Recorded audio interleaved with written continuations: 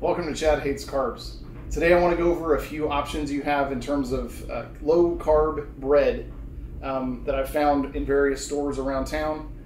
These are some of the go-tos that I use whenever I need to make a quick sandwich with some lunch meat or whatever, or I want to have a burger that I'm not using a knife and fork to cut, or maybe I want to have a chili dog or something like that. I can just use a piece of bread. So these are the kinds that I've got in the house right now. There are a couple other ones we'll talk about in a minute, but first of all, here's Oro Wheat Superior Keto. Found this at Walmart. 60 calories, 11 grams of carbs, 8 grams of fiber. So net 3 per slice. Okay. This is Carbonaut, and it is from, I found this at Sprouts here in town. It has 80 calories, 8 grams of carbs, 2 grams of fiber, so it's 2 grams net. And then the old go-to, this was one of the first ones that was available, was Aldi. Their keto-friendly bread, 45 calories a slice, 9 grams of fiber out of 9 grams of carbs. Therefore, it is literally zero carbs net. So in terms of if you're super hardcore, this is the one you want to get. As far as some of the things you want to note about these breads, this one has a really you'll notice that the holes are all very small, close together, which means it's a fairly dense bread.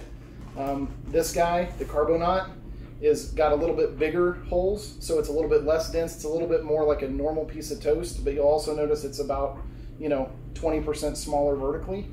And then the other thing you'll notice is that this Oro Wheat, in comparison to the other ones, in terms of size, this way is about the same. But in terms of depth, the Oro Wheat is about half as thick. So my wife doesn't like bread anyway, so for her, a thinner piece of bread's fine. For some people that are really bread connoisseurs, which I really like bread, which is my downfall. But anyway, they won't necessarily like the super thin nature of it. What I will tell you is the way that this stuff cooks up, generally speaking, the one from Aldi, this keto-friendly bread, is significantly more, let's just say it feels like a piece of toast more than the other stuff if you put it in the toaster. Generally, I toast everything because I keep it in the fridge because I don't eat a lot of bread. So this is the most, this one here from Aldi again, it has the best in terms of it feels like a piece of toast. This one to me has the best flavor because I'm a big fan of the seeded stuff,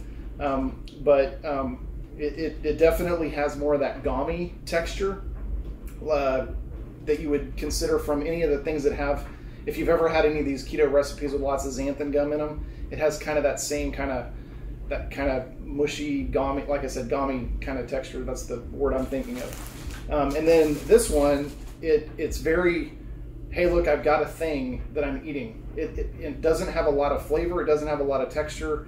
It's more of a method to put a sandwich together. It's less, man, I'm eating this because I want to eat it because it tastes good.